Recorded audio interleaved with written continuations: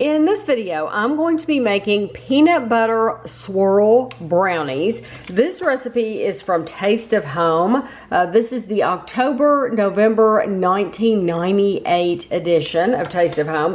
And it's really cool because once you get to the kind of the center part of these magazines, they have all these like they're almost like recipe cards that you can cut out. And so you can easily look at the pictures, and honestly, everything in this section looks so good. But these peanut butter swirl brownies, I saw them and I thought, oh, I have to make those.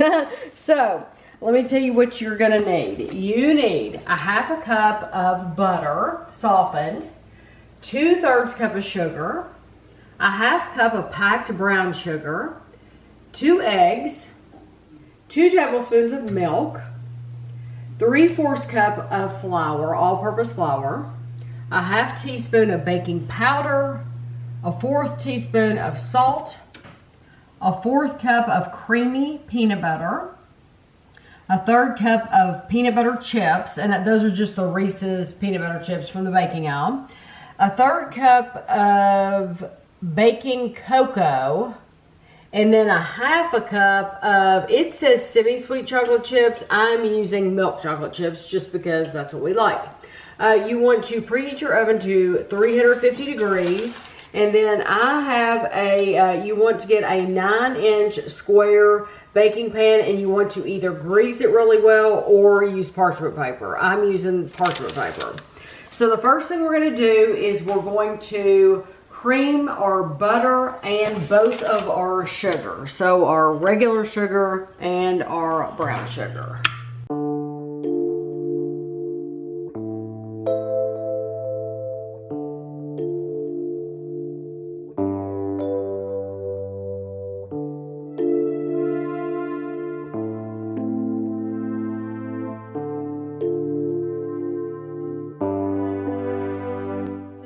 To add your eggs and milk and mix well.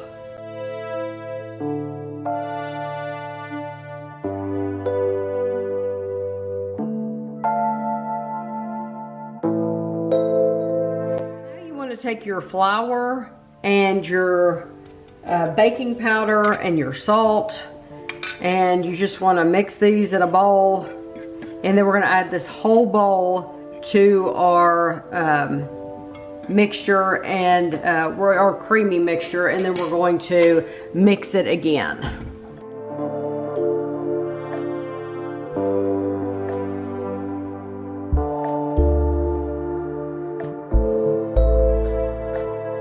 Now you want to take this batter and you want to divide it in half.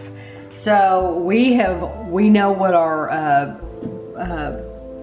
KitchenAid glass container weighs, and Kevin did the math, and so we are weighing this. We have this on our scale, and we need 319 grams in this bowl in order to have half.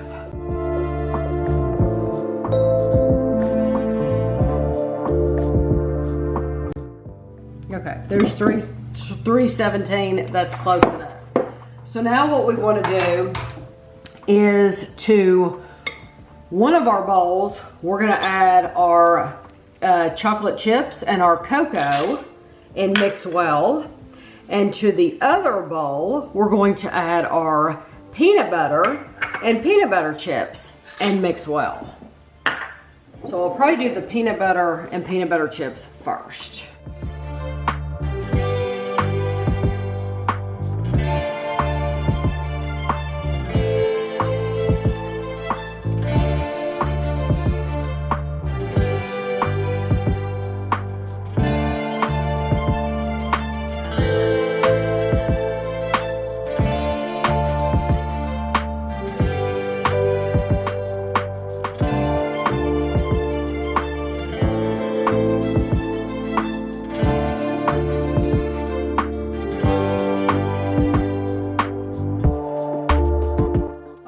Now we have our prepared pan. So now what you want to do is you want to take 8 blobs basically of your chocolate, and you want to put it in your pan in a checkerboard pattern. So I'm going to do 3 at the top.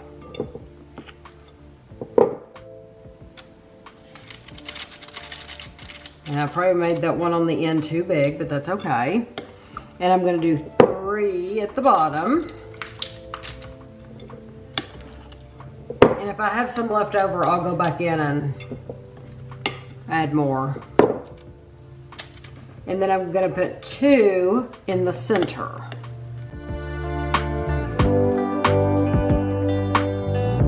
So before I use the rest of this chocolate, you're going to fill in the dead spots with peanut butter. So yeah, it should be like 2, 3, and 2, but yes. You can see there's gaps. Yeah, 2, 3, and 2.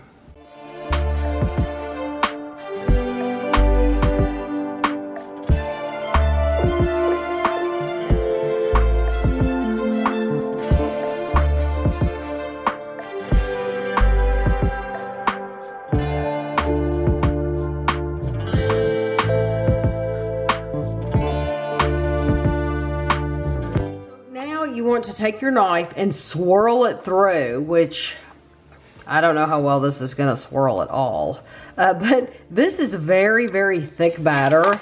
And so if you don't want to, yeah, it's not really even wanting to swirl.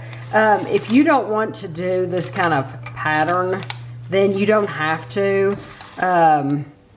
If you take the flats out, just go every other one and yeah, let's put blobs in there and be done. Okay, so now you want to bake it at 350 for 25 to 30 minutes. I'm going to put mine in for 25 minutes and then we'll be back. The time said to put them in the oven between 25 and 30 minutes. Mine actually took 31 minutes.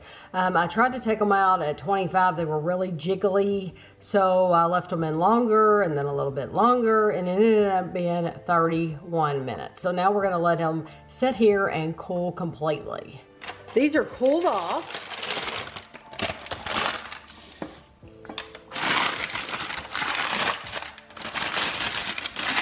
I can smell the peanut butter. Now, what is hilarious to me is that the recipe says you're supposed to get 3 dozen. That ain't happening. So, yeah, if you got 3 dozen of those, it would be a little bitty, teeny, bite-sized piece. And when it comes to brownies, I don't play around. What, 36 pieces? That's ridiculous. I want a brownie. If you're gonna give me a brownie, give me a brownie. That's ridiculous. I don't want a bite of a brownie. So. You got 16. Yeah. Ooh, that looks so good, that peanut butter. Okay, I'm excited about these. I like it that there's peanut butter chips. Is there any chocolate in that one at all? Yes, okay. It's all in the back. Okay. Yes. I want to make sure you got chocolate too. So depending on which one you get, yes, you're going to get, and look at the bottom. Mm-hmm. Look, the bottom is multicolored. Isn't that cool? Let me eat some of the chocolate first. Okay, I can do that too. That's a good texture brownie.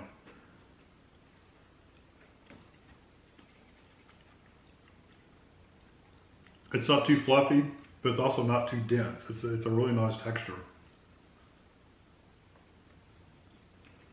And that was an edge.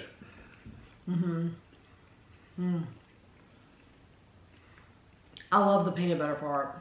The peanut butter. Very thick. Yes, the peanut butter is the best. It almost glue your mouth together. That peanut butter is the perfect texture. It's softer than the chocolate. I absolutely love that. Like, get it together, it's really good too. Oh yeah. Like, I guess if you wanted to leave the chocolate out completely, you would double up. You would double up and not use the semi-sweet chocolate. And the cocoa. You would just double up on the peanut butter and the chips. Oh yeah, because that would make a good peanut butter brownie. Yes, if you wanted just peanut butter, because that is so delicious. Although I do like the chocolate part. It's not as good as the peanut butter part, but it's good. It is good, and it is good altogether. I'd eat on them. None of it is like, it didn't get too hard, even though I left it in a minute longer than what they said. What I did was I shook the pan, and at 25 minutes, it still jiggled in the middle. And I thought, you don't want brownies to jiggle. No, don't want them that goopy. Because then, even if you take them out and let them sit, they're never going to set up. It's still going to be runny. And so you worry you don't want to go over with brownies either, because you can burn them really quick. And once they have that scorched flavor, it never goes away. Yeah, it never can't get rid of it. Yeah. Once it's in there, you can't take it out. So, but 31 minutes was perfect for me. But if you make these, I would still check in between to see about your oven. But I would make these again. Yeah, I think they're good. I think together they're really good. But you could also split that recipe up. The chocolate ones, you can make just chocolate ones, double the chocolate part up, and I would add some walnuts to it. Yeah. The chocolate and stir in like I don't know, half a cup of walnuts chopped up, and that would taste, that chocolate with walnuts would be awesome. And that peanut butter is really, really nice, just like it is. So it's really wonderful. I'm a peanut butter fanatic, and my piece was primarily peanut butter. Mine was mostly chocolate. And I just love it. Yeah. Well, and either way, it was good though. And that's a good thing to point out too, that, you know, people who love one or the other are probably going to look for that perfect piece that suits them, and you have something for everybody. But they're very soft. Yeah, really good. Very easy to eat. So I think that's a good recipe. And you know, it's funny, they wanted you to get more pieces, basically, 3 dozen pieces. 3 dozen. If you were to do that, I think you're really limiting the flavors you're going to get. Yes. Because you're really going to get almost all chocolate or almost all If peanut. I had cut that smaller, I would have gotten literally all One or peanut the butter other. and no chocolate. Yeah. So no, that's Just something to think about. Yeah, but I don't think I've ever made brownies where I've gotten 3 dozen in my whole life. No. Even in a sheet pan. No, that just doesn't happen. I don't know who's eating little bite-sized brownies like that. Not me, for sure. But I hope you enjoyed the video, and thanks for watching.